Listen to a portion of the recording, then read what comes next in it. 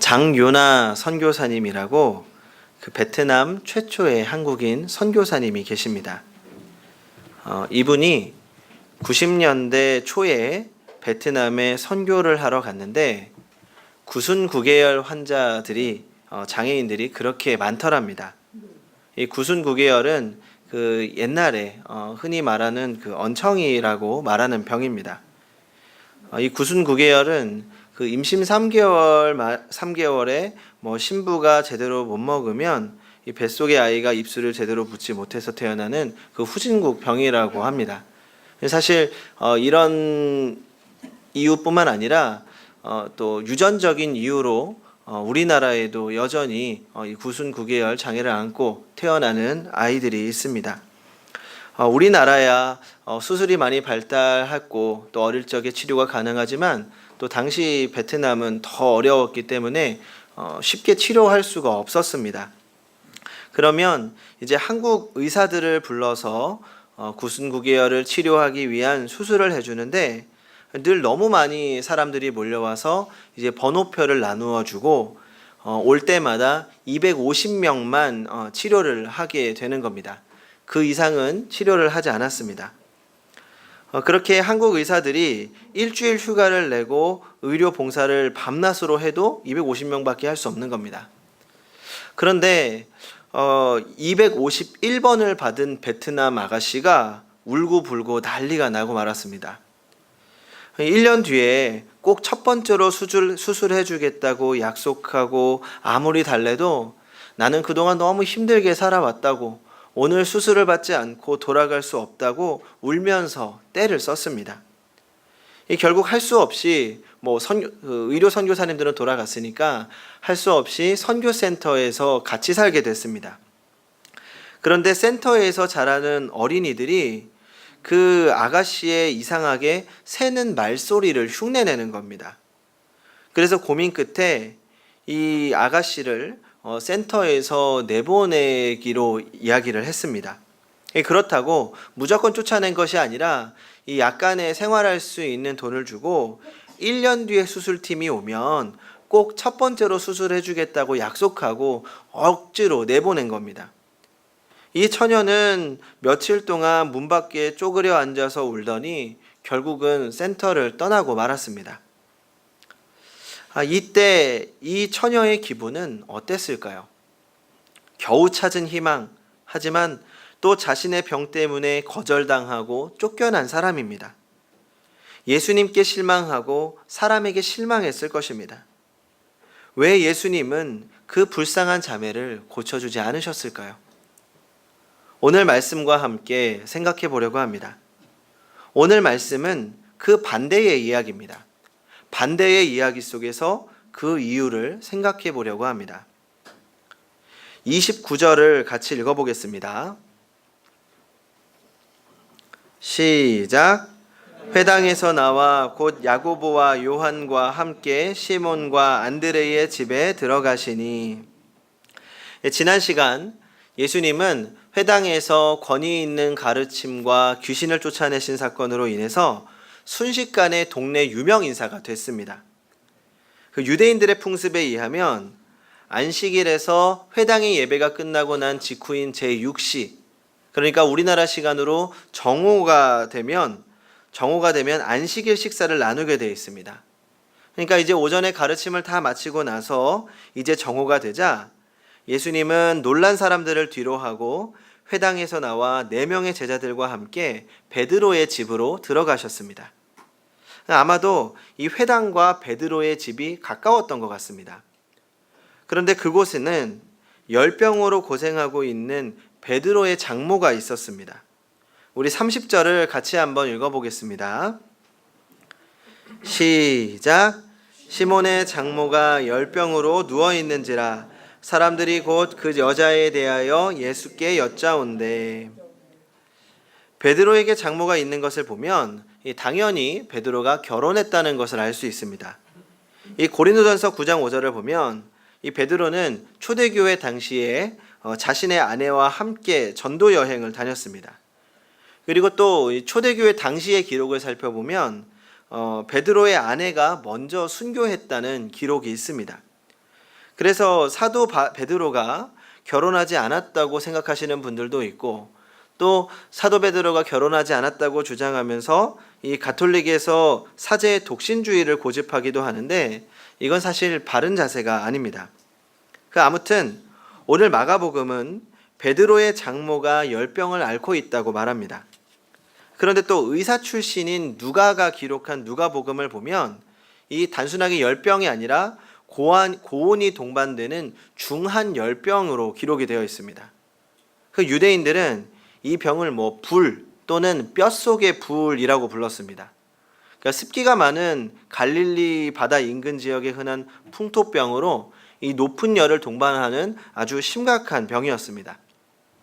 그리고 30절에 누워있는지라라고 하는 단어는 그 헬라어로 카테이케이도라는 단어인데, 이 단어가 미완료 과거형입니다. 그러니까 시몬의 장모가 이 병으로 꽤나 오랫동안 누워 있었다는 겁니다. 또 시몬의 장모가 시몬의 집에 있었다는 것은 이 베드로의 장모가 과부였고 베드로가 어머니로 모시고 사는 상황이었습니다. 아마도 장모가 혼자서 살 수 있는 경제력이 되지 않았기 때문에 어쩔 수 없이 모시고 살았던 것 같습니다. 전 이 베드로의 가정을 보면서 정말 연약한 인생의 대표적인 가정이다라는 생각을 합니다. 이 베드로 가정의 이야기는 우리 가정의 이야기입니다.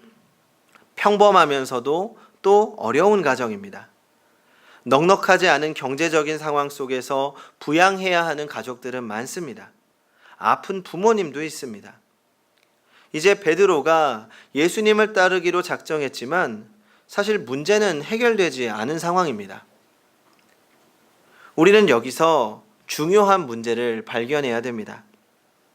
믿는 사람의 가정에도 정직하고 신실하게 열심히 믿는 사람에게도 문제는 있다는 것입니다. 그렇다면 믿음의 가정과 믿음이 없는 가정의 차이가 어디에 있을까요?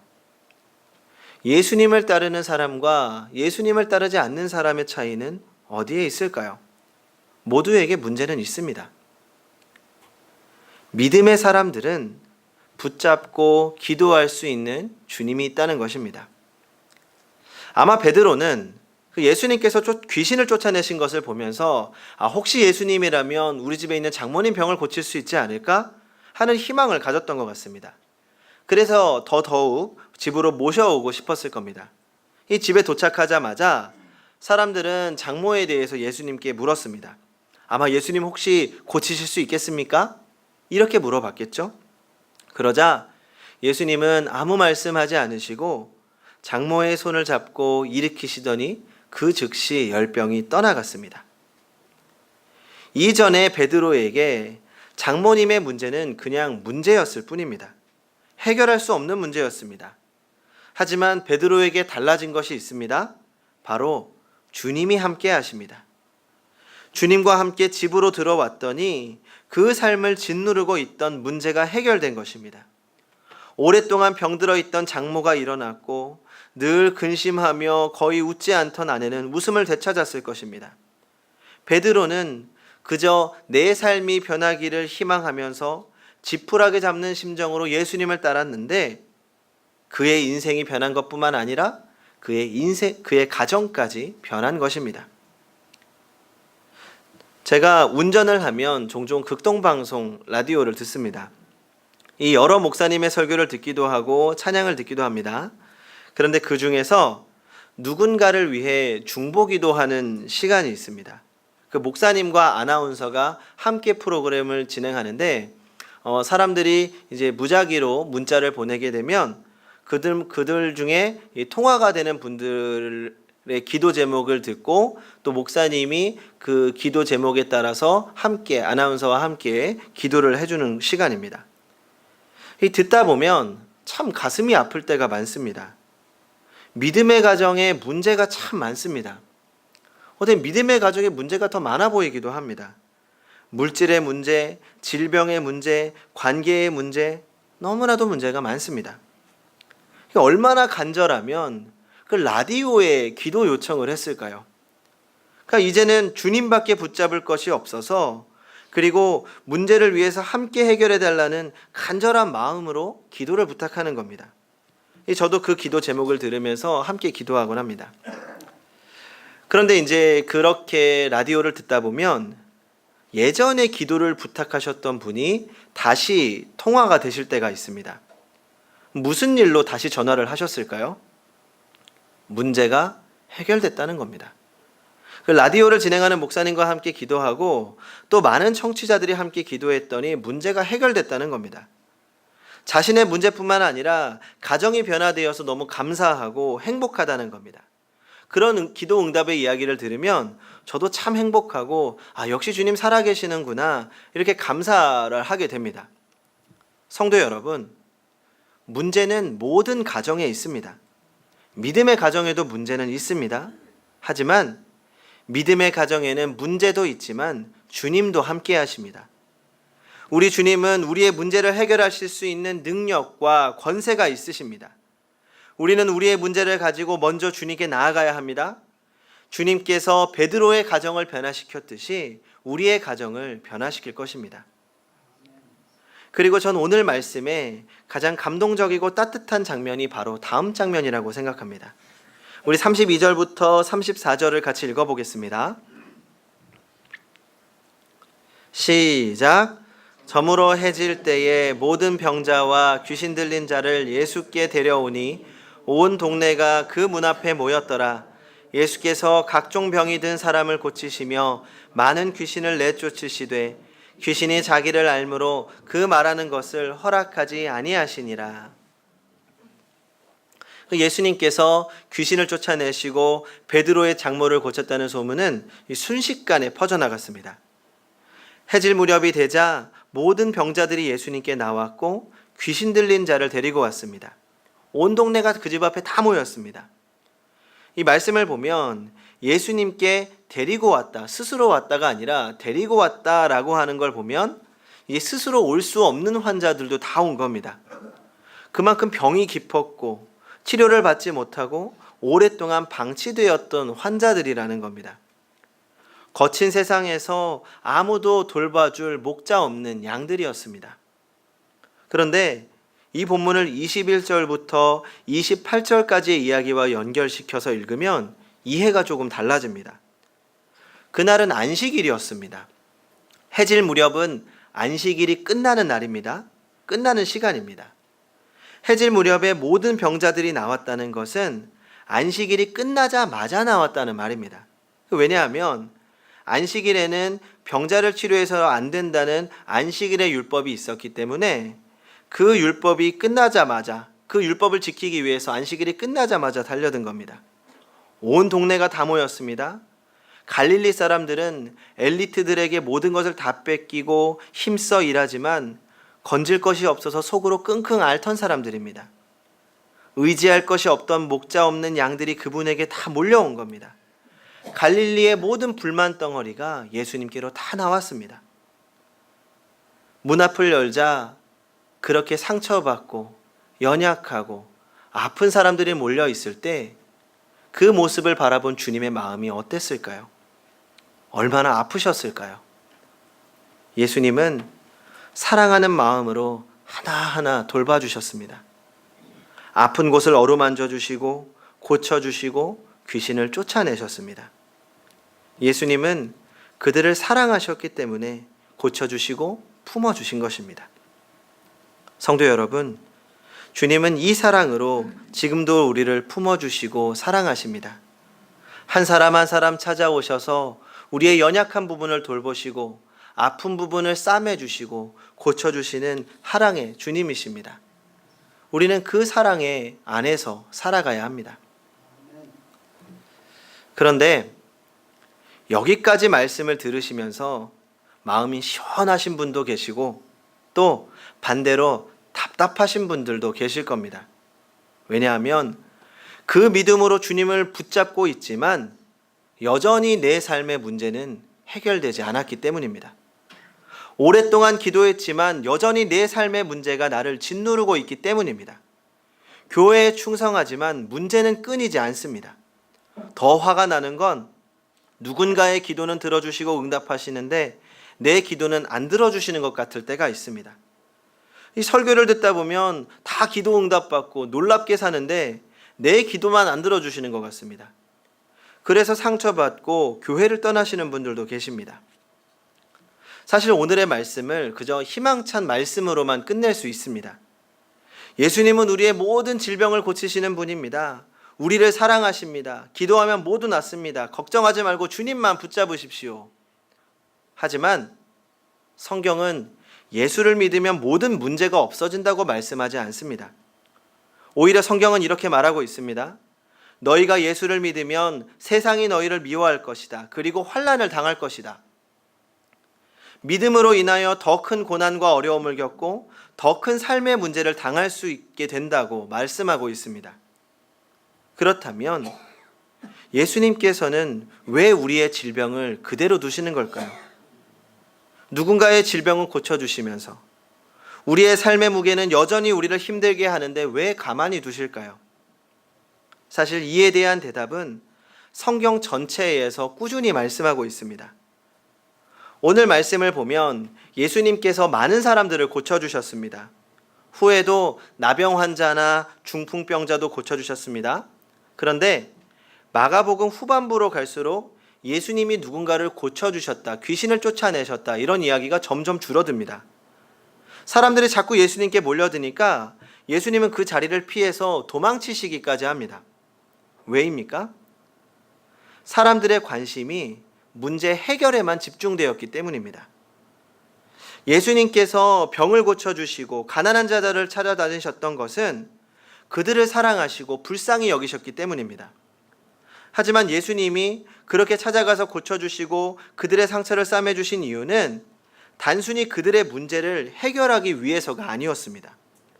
그 문제를 통해서 그들의 삶에 더 깊숙이 들어가시고 그들과 관계를 맺고 그들에게 하나님의 나라를 보여주기 위해서였습니다. 예수님의 모든 행동은 일관적인 목적을 가지고 있습니다. 사람들을 사랑하셨고 우리와 참된 사랑의 관계를 맺기 위해서였기 때문입니다. 쉽게 정리해 보겠습니다. 예수님께서 우리 삶의 문제를 해결해 주신 이유가 무엇입니까? 우리를 사랑하셨기 때문입니다. 우리와 더 깊은 관계를 맺기 위해서입니다. 그렇다면 예수님께서 우리 삶의 문제를 그대로 내버려 두실 때가 있습니다. 왜일까요? 우리를 사랑하시기 때문입니다. 그 문제를 통하여 우리와 더 깊은 관계를 맺기 위해서 하나님 나라를 바라볼 수 있게 하기 위해서입니다. 대표적으로 바울을 생각해 보시기 바랍니다. 바울은 육체의 가시를 위해서 3번 기도했습니다. 여기서 육체의 가시는 간질이라고 말하시는 분도 있고 시력이 나빴다고 이야기하시는 분들도 있습니다. 어쨌든 육체적으로 실제적인 고통을 당하는 그런 어려움은 분명합니다. 그런데 하나님은 바울의 기도를 들어주시지 않았습니다. 왜요? 바울이 미웠기 때문입니까? 바울을 사랑하셨기 때문입니다. 바울도 하나님의 그 사랑을 3번 기도하고 나서야 깨달았습니다. 고린도후서 12장 7절부터 9절을 제가 읽어보겠습니다. 여러 계시를 받은 것이 지극히 크므로 너무 자만하지 않게 하시려고 내 육체의 가시 곧 사탄의 사자를 주셨으니 이는 나를 쳐서 너무 자만하지 않게 하려 하심이라. 이것이 내게서 떠나가게 하기 위하여 내가 3번 주께 간구하였더니 나에게 이르시기를 내 은혜가 내게 족하도다. 이는 내 능력이 약한 데서 온전하여 짐이라 하신지라. 그러므로 도리어 크게 기뻐함으로 나의 여러 약한 것들에 대하여 자랑하리니 이는 그리스도의 능력이 내게 머물게 하려 함이라. 바울은 육체의 가시를 통해서 하나님과 더욱 가까워졌습니다. 교만하지 않게 하시려고 하는 하나님의 뜻을 발견했고 주어진 은혜에 만족할 수 있는 것을 배웠습니다. 그렇게 주님께 더 기도했고 주님과 더 가까워졌고 그것이 바울의 기쁨이 되었던 것입니다. 맨 처음 말씀을 시작하면서 들려드렸던 구순구계열 처녀의 이야기를 다시 생각해 보겠습니다. 치료를 받지 못하고 쫓겨나야 했던 그 마음은 어느 것으로도 위로되지 않았을 것입니다. 장요나 선교사님도 너무 미안하고 안타까워서 늘 마음에 두고 있었습니다. 그래서 그 다음 해가 되자 그 의료 수술팀이 도착했길래 그 처녀의 주소를 찾아서 고향으로 찾아가 봤습니다. 그런데 그 처녀는 그날 선교센터를 떠나고 나서 고향으로 돌아오지 않았다고 합니다. 선교사님 마음이 너무나도 아팠습니다. 정말 이 처녀가 울다가 지쳐서 스스로 목숨을 끊었을 거라고 생각했기 때문입니다. 시간이 지난 어느 날 하루는 선교사님이 북부 밀림 지방을 오토바이를 타고 가는데 웬 찬양 소리가 들리는 겁니다. 이상하게 생각해서 찬양 소리 나는 오두막을 찾아가 봤더니 산족들이 앉아서 찬양을 부르고 있었습니다. 찬양하라 내 영혼아, 찬양하라 내 영혼아, 내 속에 있는 것들아 다 찬양하라. 이 찬양을 한국말로 부르고 있었습니다. 신기해서 들어가 봤더니 찬양을 인도하는 처녀가 있었는데 바로 자기가 찾고 있던 그 구순구계열 환자였습니다. 깜짝 놀랐습니다. 사연을 듣고 봤더니 그 처녀는 선교센터에서 쫓겨나고 진짜 죽으려고 자기의 고향과 반대 방향인 북쪽으로 갔습니다. 그런데 그곳을 가봤더니 자기보다 더 가난하고 못 사는 돼지처럼 사는 산족을 만난 겁니다. 보니까 너무 불쌍해서 자기가 배운 한국 찬송하고 성경을 가르치면서 지내고 있다는 겁니다. 그래서 선교사님이 이제라도 수술해 줄 테니까 돌아가자라고 했습니다. 그랬더니 그 처녀가 이렇게 말했습니다. 이 산족들에게 찬송 가르치고 성경 가르치는 것이 너무 행복해요. 여기가 천국인데 여기에 하나님이 나와 함께 하는데 무엇이 문제입니까? 이제는 언청이로 살아가는 것 전혀 문제 안 됩니다. 선교센터에서 배운 성경 찬송을 계속 산족들에게 전도하며 행복하게 살겠습니다. 오히려 이 문제로 더 깊이 하나님을 붙잡고 하나님을 경험하며 살아가니 이 병이 저에게 주신 축복입니다. 이 처녀의 환경은 전혀 변하지 않았습니다. 자신을 비참하게 하던 질병도 그대로였습니다. 하지만 그녀의 마음은 그 어느 때보다 행복했습니다. 왜냐하면 문제를 통하여 하나님을 붙잡고 하나님의 마음을 깨달았기 때문입니다. 지속적으로 하나님과의 관계 속에서 하나님의 나라를 경험하고 하나님과 동행하면서 살고 있었기 때문에 문제 속에서도 만족하며 살 수 있었던 것입니다. 문제는 더 이상 문제가 아니게 된 것입니다. 성도 여러분, 주님은 오늘도 우리와 더 깊은 관계로 들어가기 원하십니다. 그런데 우리는 여전히 주님께 관심을 두는 것이 아니라 문제에만 집중하고 주님이 그 문제를 해결해 주시기만을 바라고 있는 것은 아닙니까? 이제는 주님과의 관계를 바로 세워야 합니다. 문제를 위한 관계가 아니라 문제를 통해서 깊은 관계를 이루어가야 합니다. 전 주님께서 여전히 우리 삶의 문제에 관심을 두시며 우리를 위하여 일하고 계신다는 것을 믿습니다. 이제는 그 주님을 더욱 가까이 하시기 바랍니다. 그리고 주님의 사랑 안에 거하며 어떠한 상황 속에서도 주님이 주시는 기쁨과 만족과 기대함으로 살아가는 성도님들이 되시기 바랍니다. 기도하겠습니다. 늘 우리의 연약함을 살피시고 우리의 삶 속에 함께 하시는 주님, 우리를 향한 주님의 사랑을 다시 한번 생각해 봅니다. 우리의 연약한 믿음을 불쌍히 여기시며 더 큰 사랑으로 함께 하실 줄 믿습니다. 문제에 집중하여 주님을 보지 못했던 우리를 용서하여 주시고 이제는 문제를 통하여 주님과 더 깊은 관계 속으로 들어가게 하여 주시옵소서. 우리를 향한 주님의 사랑이 흔들리지 않게 하여 주시옵소서. 그렇게 주님과 친밀하고 바른 사랑의 관계 속에서 늘 만족과 기쁨으로 살게 하여 주시옵소서. 예수님의 이름으로 기도하옵나이다. 아멘.